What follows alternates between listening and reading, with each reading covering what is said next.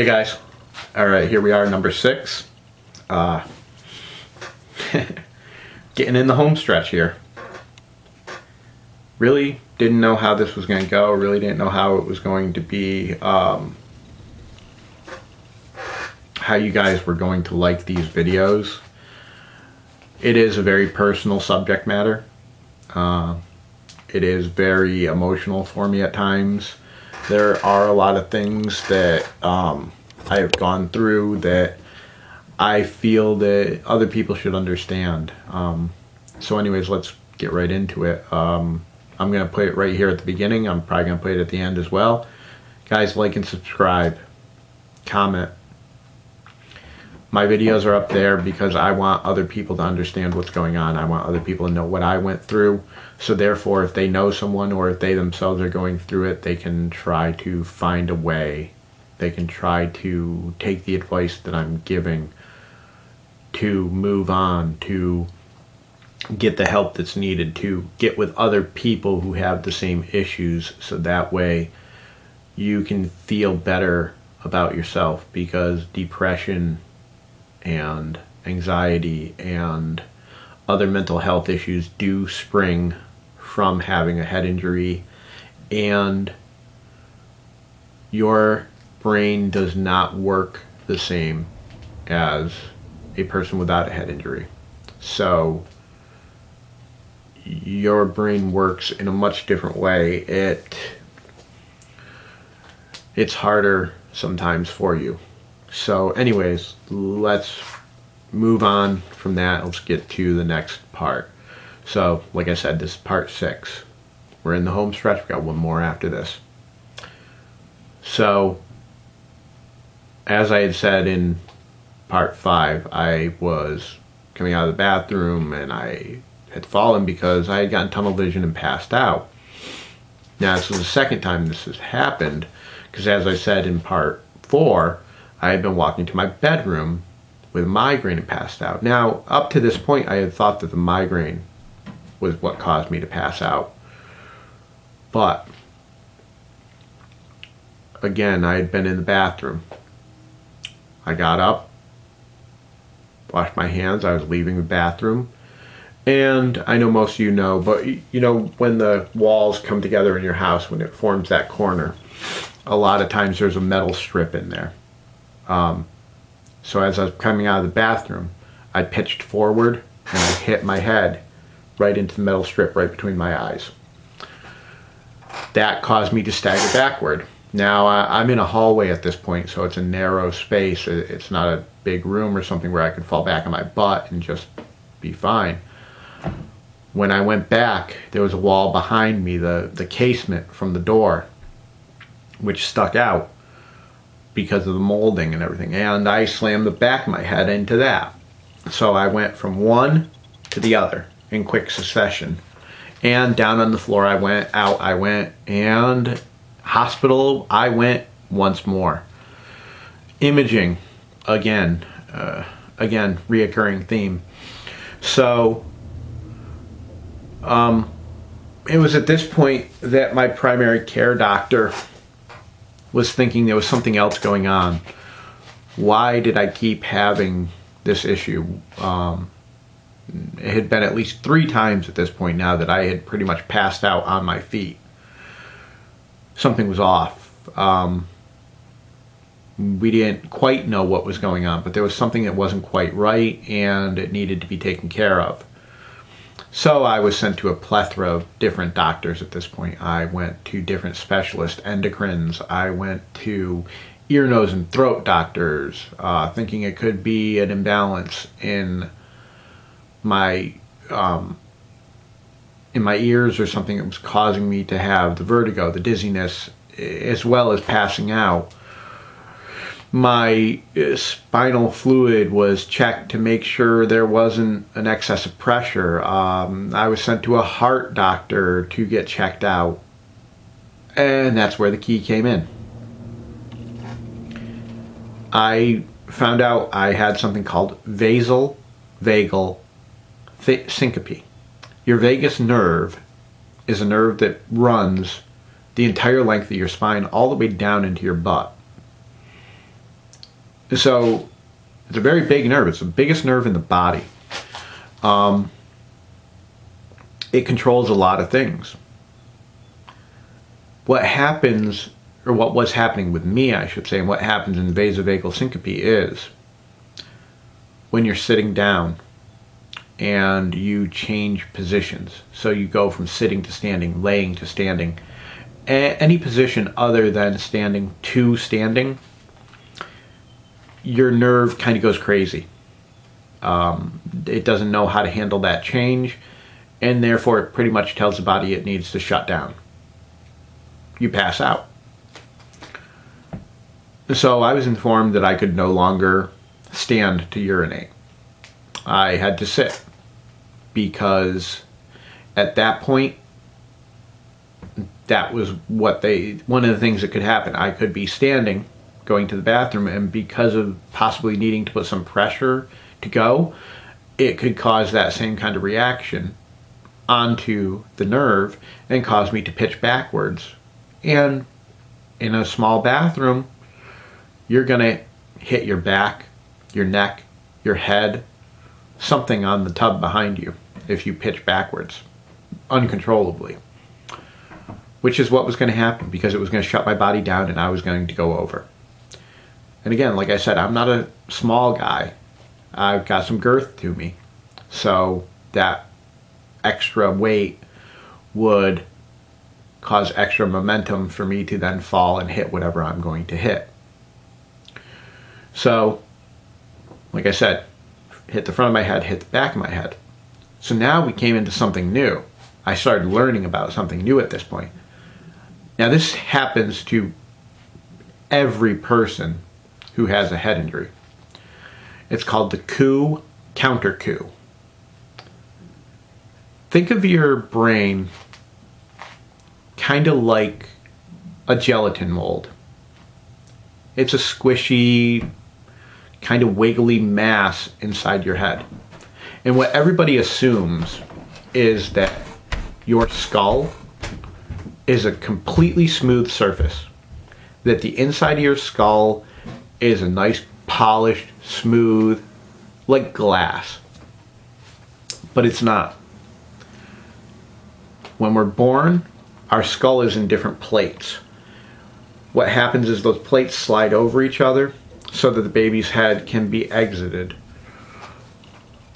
As we get older, those plates fuse and become a solid skull. But we get burrs on the inside of our skull. We get little spots, little points that pick in. Kind of a way to think of it is tectonic shift in the earth. As you get two pieces of land mass that hit each other, they push up and form a mountain.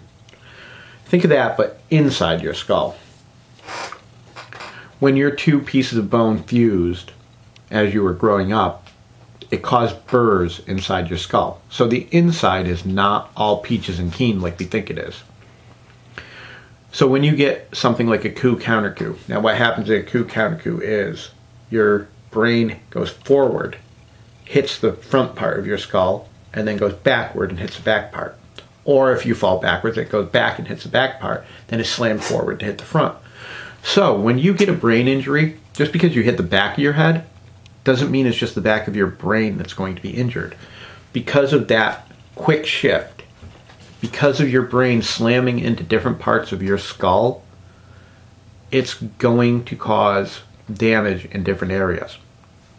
The next point about that is this. When your brain gets injured, when you hit it and you bruise it, that's not the end of things. I always assumed once I hit it, that was it. I was done. Yeah, I didn't feel good. It took me days to recover, but I thought that my injury was done in the moment that I hit. I've learned it's not. When you take that hit, when your brain is damaged in that way, it starts a process. As your brain cells, your neurons, things like that get broken, because you've got different layers of brain as well, and those layers shift on top of one another in that brain injury, and it causes tears and breaks in parts of your brain. When that happens, what happens is it releases something when it starts dying. And what it releases causes other parts of your brain to die. So, you can get an injury today. You can hit your head at, let's say, at noon. And you think right then and there, it's over with. But because of your brain shifting, because part of it dies, because part of it gets broken, it takes days for the entire process to finish. So once it starts releasing whatever it is that it releases as it dies, it starts killing off other sections. It starts killing off the neighboring neurons, the neighboring cells. So, boom, you hit your head. You feel it. It stings. You might get knocked out, depending on how bad it is. And you're thinking, okay, I hit my head, now it's over with. No. You've got a couple of days, possibly. And you're still going to be getting effects from the initial injury because parts of your brain are dying. We have something called neuroplasticity. We have it a lot more when we're younger than we do as we get older. What neuroplasticity is it's the ability for our brain to come back from an injury. It's the ability of our brain to reroute itself because things don't grow back. We're not lizards where you cut our tail off and our tail grows back. When stuff dies, it dies. But in our brain, the amazing thing is we can make new neural pathways. We can change the way our brain works. We don't realize we're doing it. We just do it.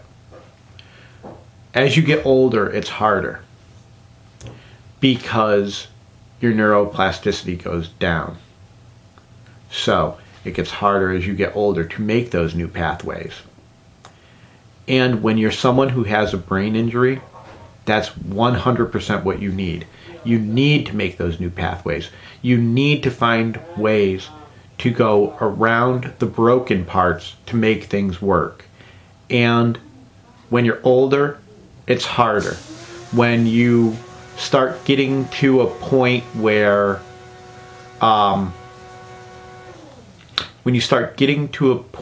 in your life where you're in your 30s or so, you're not as able to make those new pathways. So your body does anything and everything that it can, but it's not as good as someone who may be 17 years old, who may be younger. Means the work's going to be a lot harder.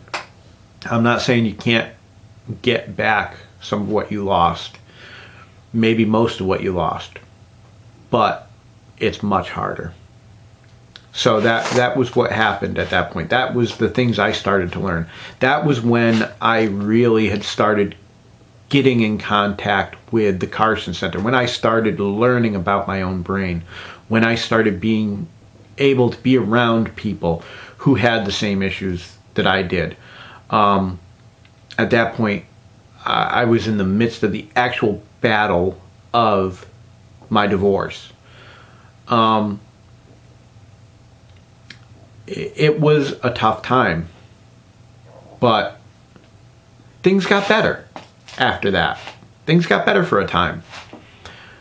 I finalized my divorce. I had a big party at my parents' house to celebrate the finalization of my divorce. We had people over. We had fun. I was going places again. I was traveling with my family and our friends. We went up to Saco, Maine. We went to Mystic. We went to the casinos. I was doing things. I walked around with a walker. Failing that, I was in a wheelchair. or a wheel, or one of those wheeled carts that you can drive around in. I was in something like that. I wasn't stable enough to walk on my own. With the vasovagal being a very bad issue at that time, it wasn't recommended that I didn't walk with some form of assistance, and when I failing walking with a form of assistance, that I was pushed around in a wheelchair or wheeled myself around in a scooter, because I was not stable enough at that point to be trusted to walk on my own 2 feet. So it did change my life, but I had made things better at that point. I had gotten to a point of acceptance of who I was, of who I had been, and who I wanted to be. Now, again, because of some of those issues, I couldn't be totally the person I was wanting to be at that point. But I had a goal in sight. I had some ideals of what I wanted to eventually become. Now, we're getting toward the end of this one, so I just wanted to say again, guys, like, subscribe, comment. I want to hear what you guys think. I really do. It's very important to me to understand what people are getting out of this. Part 7 is coming up. I'm going to try to make it as painless as possible. I'm going to try to make it as short as possible, but that one was a tough one. So it might get emotional. So guys, again, thanks for listening, and talk to you soon. Oz out.